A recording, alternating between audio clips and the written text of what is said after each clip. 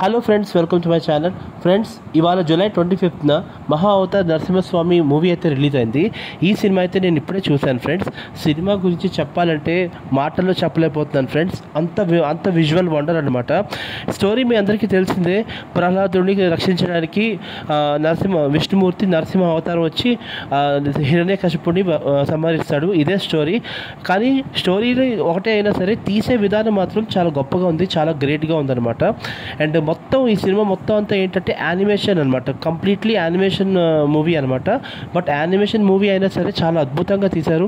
ఇంకా second half Narasimhaswamy వచ్చిన తర్వాత ఆ విశ్వరూపం మీరు అసలు చూడలేరు, అంత భీకరంగా ఉంటుంది. చాలా కోపానికి గురవుతాడు అనమాట. ఎప్పుడైతే హిరణ్యకశిపుడిని చంపుతాడో ఇంకా కోపాన్ని అంటే కూల్ చేయడానికి అసలు ఎవరికి, దేవతలకు కానీ ఈవెన్ ఎవరికి కూడా అవ్వదు.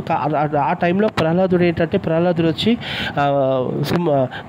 నరసింహస్వామి యొక్క క్రోధాన్ని శాంతింపజేస్తాడనమాట.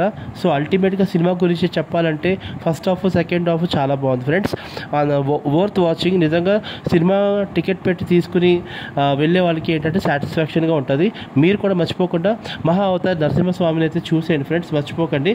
ఎందుకంటే సినిమాలో మీకు ప్రతి సీను ఏంటంటే చాలా బాగుంటుంది.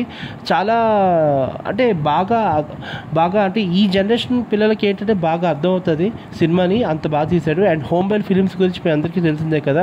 వాళ్ళ ప్రొడక్షన్ నుంచి వచ్చిన మూవీస్ ప్రతిదీ ఏంటంటే చాలా అల్టిమేట్గా ఉంటుంది, చాలా బాగుంటుంది.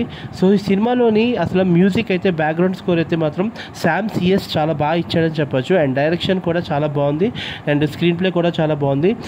స్టోరీ బాగున్నా సరే స్క్రీన్ ప్లే తినంగా లేకపోతే సినిమాలు అంతా అటర్ ఫ్లాప్లు అవుతాయి.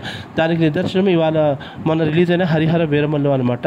సో సినిమా స్టోరీ బాగున్నా సరే తీసే విధానం, స్క్రీన్ ప్లే బాగోకపోతే ఇలాగే జరుగుతుంది. సో మొత్తానికి మహా అవతార్ లక్ష్మీ నరసింహస్వామి మూవీ అయితే అందరూ చూసేయండి. ఇవాళ రిలీజ్ అయింది, మీరు ఖచ్చితంగా చూడండి. ఓకేనా? Thanks for watching. బాయ్.